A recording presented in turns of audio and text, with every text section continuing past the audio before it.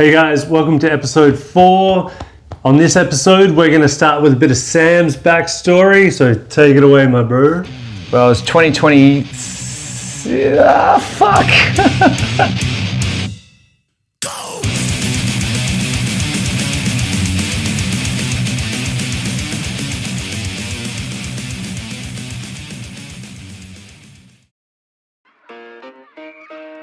Growing up in Perth, Western Australia, I was pretty lucky with some of the best beaches in the world. The appeal for a snowy holiday and a fresh start was something that I've been frothing over for years. So I packed up everything in 2016, moved to Queenstown, New Zealand with my brother, and landed a job as a HVAC tech. I was fixated on getting as much time on the mountains as possible and doing as little work as I could possibly get away with. Once the snow dried up, we spent the next 6 months travelling around the country until we were broke. And I ended up finding myself back in Western Australia to start stacking them dollars back up again. Before I could really settle, I threw myself headfirst into a Euro trip, cruising around for another 8 months or so before I parked up and lived in Stockholm, Sweden for a year. The following years had me hook, line and sinker with that travel bug, motorbike trips through Asia, fumbling my way through South America, and anywhere I could get a cheap plane ride to. A few years later, I'd heard how Japan had completely blown Jez's mind, and his stories inspired me to dip my toes into that Japan experience myself. And what began with rallying up the lads for a snowboard trip to taste some of that sweet, legendary HokkaiGo snow soon grew into multiple visits per year, an appreciation of the culture and a genuine love of the language. So fast forward to early 2024. We're sitting around that bonfire after a few fizzy ones and we thought, with the amount of time that we spend in Hokkaido and the position we're in right now, why don't we just buy a place there? That vision eventually started to take shape, and in December of that year, we were proud owners of our own chalet in Niseko. It wasn't simple, and it's still a ball ache to this day, but purchasing that place has been epic. It's been a passion project that mirrors a lifestyle that we can't get enough of. And anyway, enough of that dribble, let's get on to this next episode. Chopsticks and just shove it up your ass.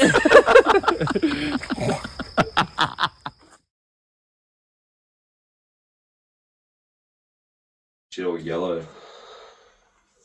Oh, fuck, look at that bit of carpet there. Oh, you hit it? Yeah. Ooh. But literally unavoidable. That's good. Like I was laying down and I was like, within a second I was like, oh, I'm vomiting. And I turned my head and it was just straight out. I was like, fucking hell. Shat me backs. Shat my underwear and I was like, fuck. And then I had that. And I fucking rolled down to the fucking dunnies, just destroyed, like Chernobyl the dunny. And then I put a new pair of undies on, came back up here and did the same thing again. Like spewed so hard I shat my pants.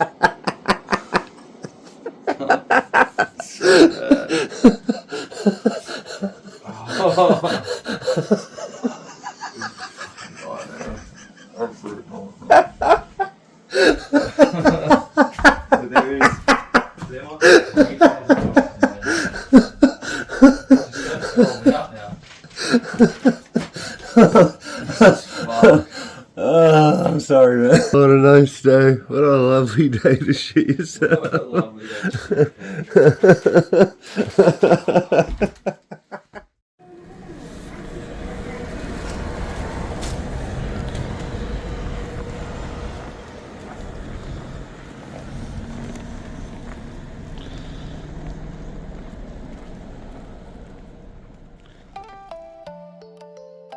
Japan's most northern island of Hokkaido receives an average of 15 meters of snow every year.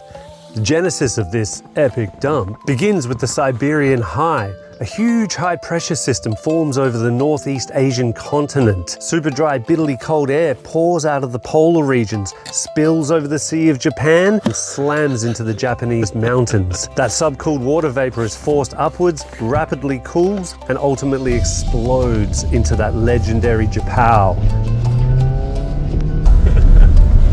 Spewing no manual handbrake. Oh, yeah.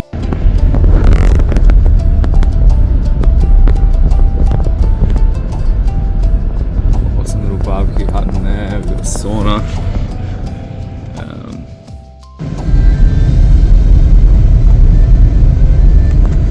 whiteout conditions. How you going there, mate? Cool. Mate, easy. No worries at all. Most days we'd have to take a quick trip into town, usually for hardware, sometimes to wash bed sheets. But when we do go, we often stop for the famous Hokkaido soup curry. Originating in Sapporo in the early 70s, suppakare is a curry-flavoured light, thin broth with vegetables and meat. And it is absolute winter comfort food.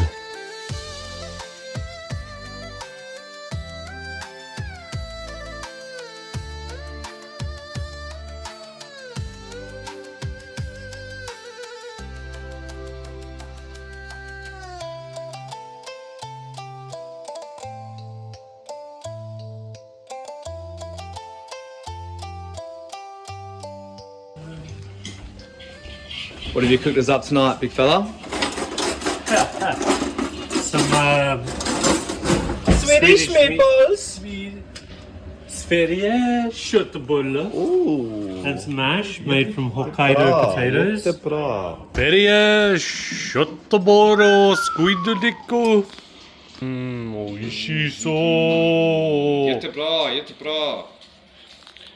Ah, så bra. Åh, så bra. Så very good and tasty. Väldigt bra.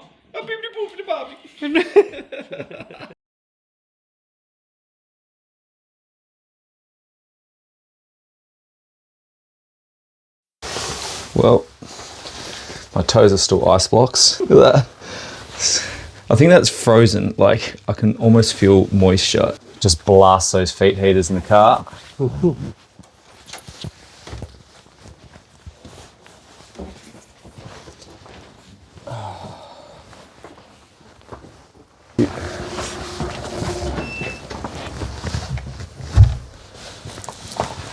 Have a go at this.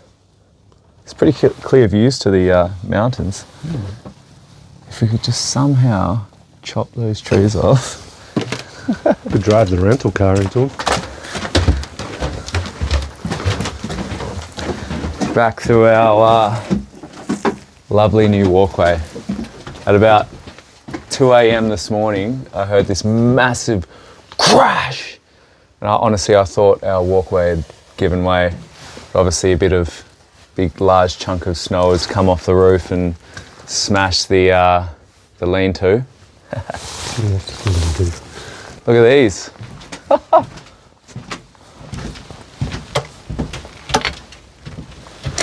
Whoa, fuck. That's awesome. Hopefully nothing big forms there as far as those little icicles. There'd be a bit of weight on that already. It's a good test. She'll hold. She'll hold. In fact, she wouldn't hold. Have a little look.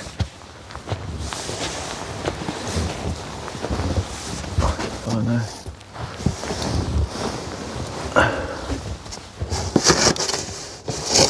Where are you? Hello?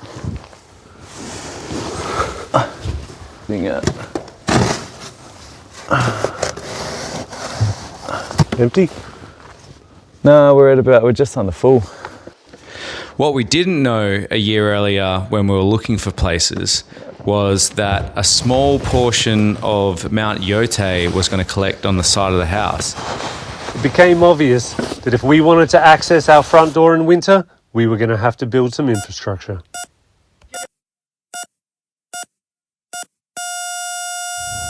Leaving the new digs, cruising around the block, you can clearly see the importance of some manual snow clearing. Oh, cuts fucked, eh? One of the character homes that Yulasato has. Yeah, it seems to be a trend, hey? I don't know if it's the same architecture as the place that we have. How to sound like a real wanker.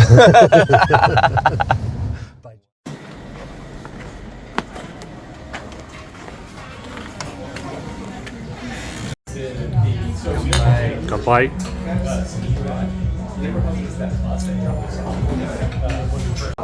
Oh wait. For the local Izakaya. Kobito.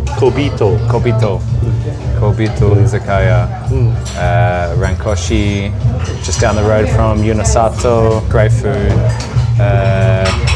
Really tailors to the Westerners, but yeah, they do amazing stuff here. Just keep the drinks flowing. That's the whole idea. Keep the drinks flowing. Come play. Bye. Have a go. Bringing Japanese to the Westerners, to the Hakujin. Delightful. What do we got here? Let's go. So we've got a bit of raw salmon sashimi. We've got some seared salmon nigiri. We've got some king crab. Snow crab. Snow crab nigiri and a bit of tuna nigiri. Dig in. Itadakimasu. Go with that. Call it first squiggy.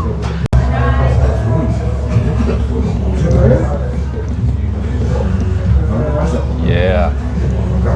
Delightful. We've got White Boy Special. Both are going to be awesome. Hold your breath. Don't you worry. Both are going to be awesome.